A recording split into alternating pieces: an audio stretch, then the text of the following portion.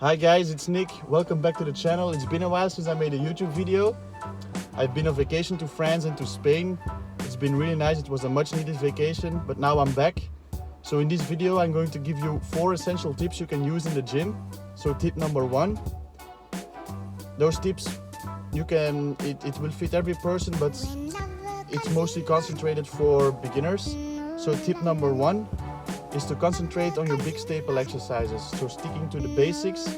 So what I mean with big staple exercises, I mean exercises like the flat bench press. You can use dumbbell or the barbell, but I recommend using the barbell first. You have the shoulder press, you have the squats, and you have the deadlifts. So when you're a beginner, your body is new to all the movements and to all the weights, and it's going to have something like, whoa, what is this? So your body is going to adapt at an incredible rate, especially from the beginning. The first 3 to 4 months are really crucial. So if you do these staple exercises, your basic exercises, and you do them with good form, your progress will be 2 times faster and 2 times better than someone that only concentrates on accessory movements like bicep curls, leg extensions. So at least for the first 3 to 4 months, it's better that you concentrate on the big staple exercises. Your progress will be much better. So now for tip number 2 is to plan your workouts. I started making real progress when I planned my workouts like everybody knows that Monday is chest day if you're doing a typical bro routine. A bro routine consists of Monday chest, Tuesday back, Wednesday legs, Thursday shoulders, and Friday arms. I used to train, so a bro split can work. I used to train like this for about 3 years, and I made some really good gains and strength gains as well. So if you're going to train a bro split, your exercise need to be a little bit more intense. So for example, when I used a bro split, I would do 2 big exercises, like 2 staple exercises. If I were to train chest, I would train bench press, and after that I would train incline bench press.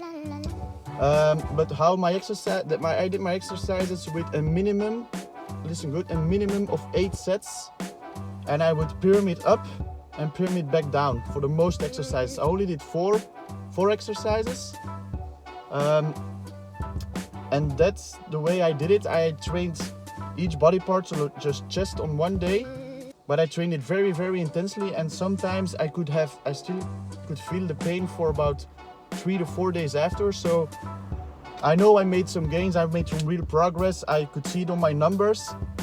But right now I'm doing a push-pull legs, and I'm doing it 6 days in the week, and I actually feel a little bit better with it. I train every muscle part 2 times a week, and my progress has been a little bit faster. Not super fast, but it has been a little bit faster. But you can train a bro split if you want, but your exercises need to be a little bit more intense. So if you're going to do a bro split and you're only going to do 4 sets of 12 reps, that's not going to work. It can work if you're a beginner, but as time progresses, your progression will taper off, and you will not be as efficient as if you do the push-pull legs. Studies show that doing a push-pull legs or upper-lower, so an upper body and leg day, will actually benefit natural lifters more. So yeah, I decided to do a push-pull legs, and I feel better with it. Right, for tip number 3 is about learning about nutrition. So nutrition is very, very important. It accounts for 70% of your progress made in the gym. So it's really important. So this video will not go super in depth into nutrition because my knowledge is also limited, and I don't want to give you false information. So I'm only going to tell you what I know.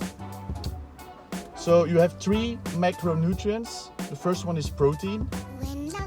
The second one are carbs. And then you have the last one, fats. So let's start with protein. So when you train your muscles, little micro injuries will occur in your muscles. It's normal. It's what's causing the pain or the DOMS, if you're familiar with that naming.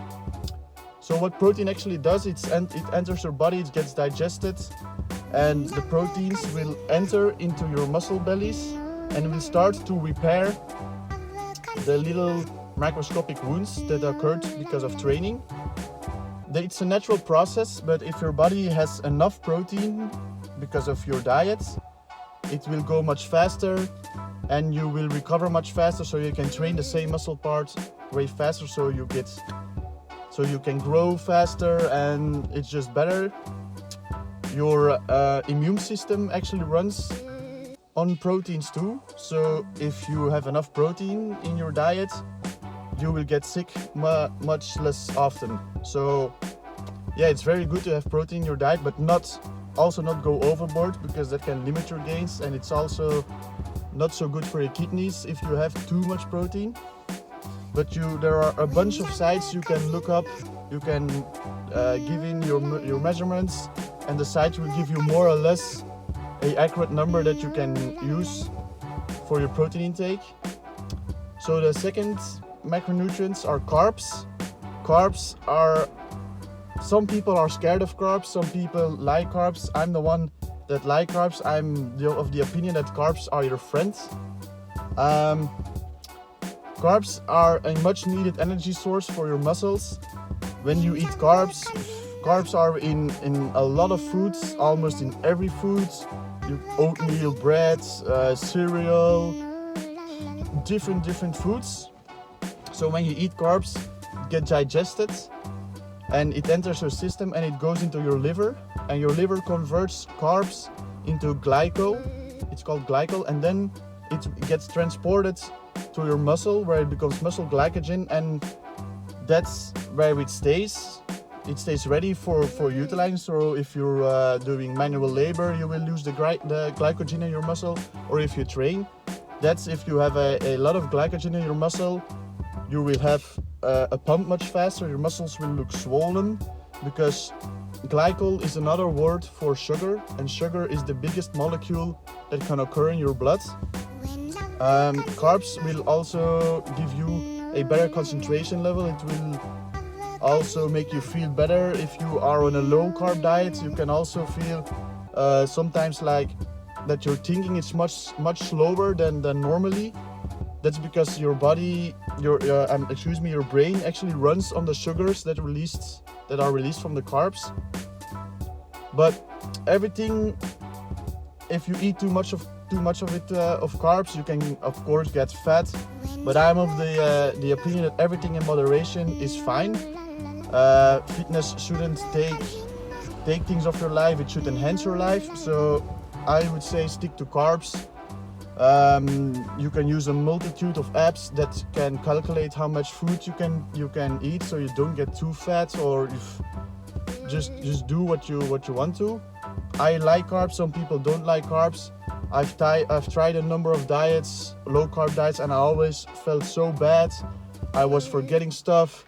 I was mean to my friends. So no, I don't like low carb diets.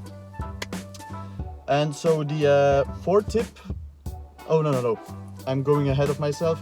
So the last macronutrients are fat. Fat is used to lubricate our joints. It's used to regulate our hormones. So if you're a natural lifter and you actually eat a low-fat diet and your fat reserves go down because you're shredding for a photo shoot or just shredding for the summer, it's actually bad for your testosterone. Your testosterone levels will plummet, and then you will feel very, very bad. I never experienced such a thing, but I've read articles that some people have experienced that their reproductive organs fail, but I think that's really, really extreme.